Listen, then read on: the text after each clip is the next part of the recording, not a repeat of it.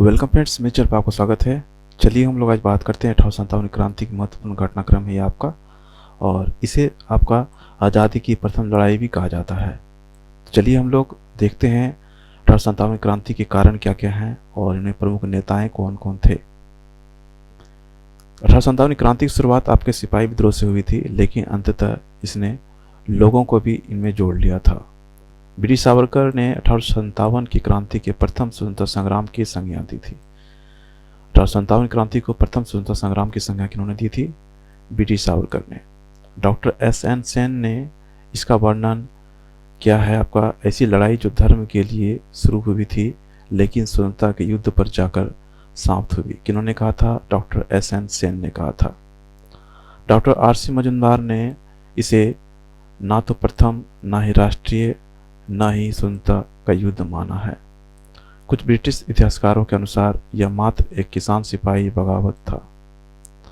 क्रांति के कारण क्या थे? आपके पहला है आर्थिक कारण। अत्यधिक अप्रिय राजस्व व्यवस्था, अधिक कराधान। इसके कारण से किसानों को अत्यधिक ब्याज दरों पर साहूकारों से धन उधार लेना पड़ता था। ब्रिटिश नीतियों ने भारतीय हथकरघा उद्योग को नुकसान पहुंचाया, जिन्हें आधुनिक उद्योगों के साथ साथ विकसित नहीं किया गया था। अंग्रेजों का अत्यधिक हस्तक्षेप, जमींदारों की घटती स्थिति। चलिए देखते हैं हम लोग। नेक्स्ट आपका है राजनीतिक कारण क्या क्या था। सहायक संधि, लॉर्ड वेलेस्ली। व्यापकगत सिद्धांत किन्होंने दिया था? ये लॉर्ड डलहौजी का था, याद रखिएगा। सहायक संधि लॉर्ड वेलेस्ली का है और व्यापक सिद्धांत जो है वो आपका लॉर्ड डलहौजी का है। धार्मिक अयोग्यता अधिनियम 1856। इस अधिनियम में क्या था आपका? धर्म परिवर्तन बच्चे को संपत्ति का वारिस बनाने से नहीं रोकेगा। कौन सा? धार्मिक अयोग्यता अधिनियम 1856। चलिए देखते हैं थर्ड में आपका प्रशासनिक कारण क्या है। कंपनी की प्रशासन में भयंकर भ्रष्टाचार, खासकर निचले स्तर पर पुलिस, निचले अधिकारियों में। भारतीय विकास पर कोई ध्यान नहीं।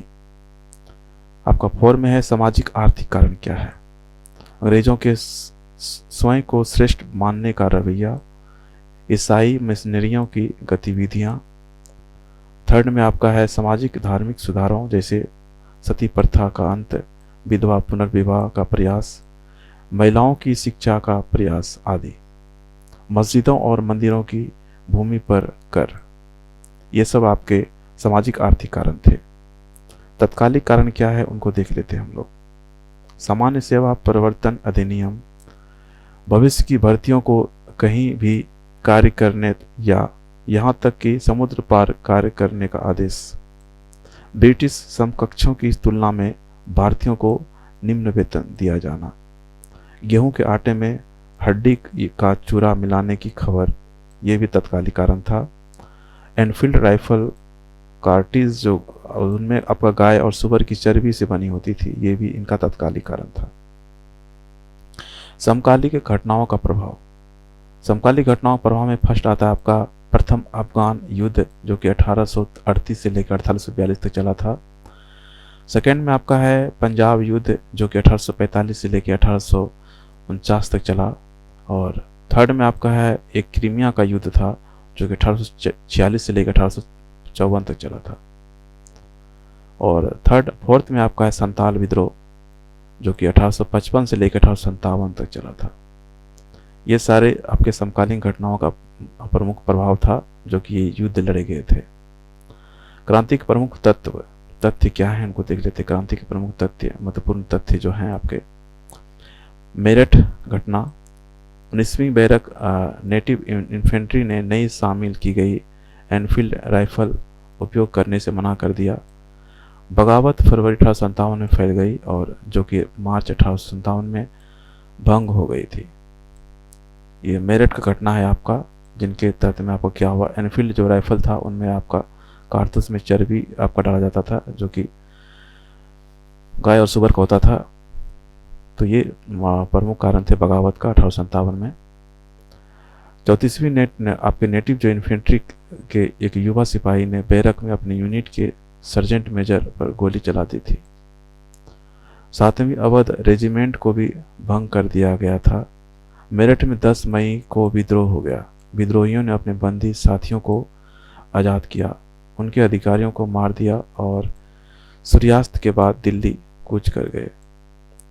दिल्ली महान क्रांति का केंद्र था। याद रखिएगा, दिल्ली जो है आपका, ये आपका महान क्रांति का केंद्र था। क्रांति के नेता कौन कौन थे, चलिए उनको देख लेते हैं। दिल्ली में क्रांति के प्रतीकात्मक नेता मुगल शासक बहादुर शाह जफर थे दिल्ली में, लेकिन वास्तविक शक्ति सेनापति बख्त खां के हाथों में थी। कानपुर में कौन थे आपके, नाना साहेब थे। तात्या टोपे अजीमुल्ला खां के नेतृत्व में विद्रोह हुआ था।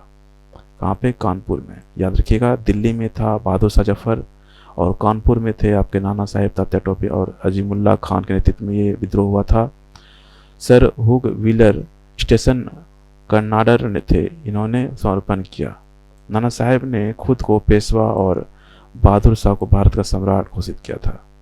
जो बहादुर शाह जफर थे, जो दिल्ली में बैठे हुए थे, उनको भारत का सम्राट घोषित किया और नाना साहब ने खुद को पेशवा घोषित किया था। लखनऊ में आपका जो थे आपका बेगम हजरत महल ने मोर्चा संभाला था। कहाँ पे, लखनऊ में बेगम हजरत महल ने मोर्चा संभाला था। अपने पुत्र वीरजीस कादिर को नवाब घोषित किया गया कर दिया। अंग्रेज नागरिक हेनरी लॉरेंस की हत्या कर दी गई। शेष यूरोपीय नागरिकों को नए commander in chief sir Colin Campbell ने सुरक्षित निकाला। चलिए देखते हैं बरेली। बरेली में आपके जो हैं खान बहादुर बिहार से आपके कुंवर सिंह थे और जगदीशपुर से आपके हैं जमींदार, और फैजाबाद में आपके मौलवी महमूदुल्लाह ने अपने क्षेत्रों में क्रांति का नेतृत्व किया था। अहमदुल्ला ने, मौलवी। याद रखिएगा, बरेली में आपका खान बहादुर थे और बिहार में कुंवर सिंह और जगदीशपुर में जमींदार थे और फैजाबाद में आपका मौलवी अहमदुल्ला ने नेतृत्व किया था। और जो आपके रानी लक्ष्मीबाई थे, जो कि क्रांति की सबसे असाधारण नेता थी, जो गवर्नर लॉर्ड डलहौजी के व्यापक सिद्धांत के कारण झांसी से बेदखल कर दिया गया था, क्योंकि जनरल ने उनके दत्तक पुत्र को सिंहासन पर उत्तराधिकारी स्वीकारने से मना कर दिया था। तो सभी ये क्रांतिकारी थे, 1857 के प्रमुख नेता थे और इन जगहों से आपका नेतृत्व कर रहे थे। इनको याद रखिएगा। आपके प्रमुख हैं आपके दिल्ली से जो थे बहादुर शाह जफर, ये प्रमुख हैं आपके हैं। कानपुर से नाना साहेब, तात्या टोपे और अजीमुल्ला खां, और लखनऊ से आपके बेगम हजरत महल। तो इन सब को आप याद रखिएगा। चलिए देखते हैं क्रांति का जो दमन क्यों हुआ और कैसे हुआ। 20 सितंबर 1857 को अंग्रेजों ने दिल्ली पर कब्जा कर लिया। कब? 20 सितंबर 1857 को। जॉन निकोलसन इस घेरेबंदी के नेता थे। बाद में वे चोटिल हो गए थे। बहादुर शाह को बंदी बनाकर रंगून भेज दिया गया, जहां 1862 में उनकी मौत हो गई। लेफ्टिनेंट हडसन द्वारा शाही राजकुमारी की माथे पर गोली मारकर हत्या कर दी गई।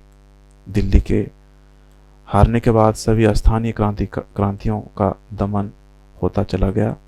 सर कॉलिन कैंपबेल ने कानपुर और लखनऊ पर दोबारा कब्जा कर लिया। बनारस में आपके कर्नल नील द्वारा विद्रोह का निर्दयतापूर्वक दमन कर दिया गया। कहाँ पे? बनारस में। याद रखिए, कर्नल नील द्वारा। क्रांति की असफल होने के आपके कारण क्या हैं? बहादुर शाह जफर जो थे वो वृद्ध थे और कमजोर हो चुके थे, इसीलिए क्रांति का नेतृत्व करने में असमर्थ थे।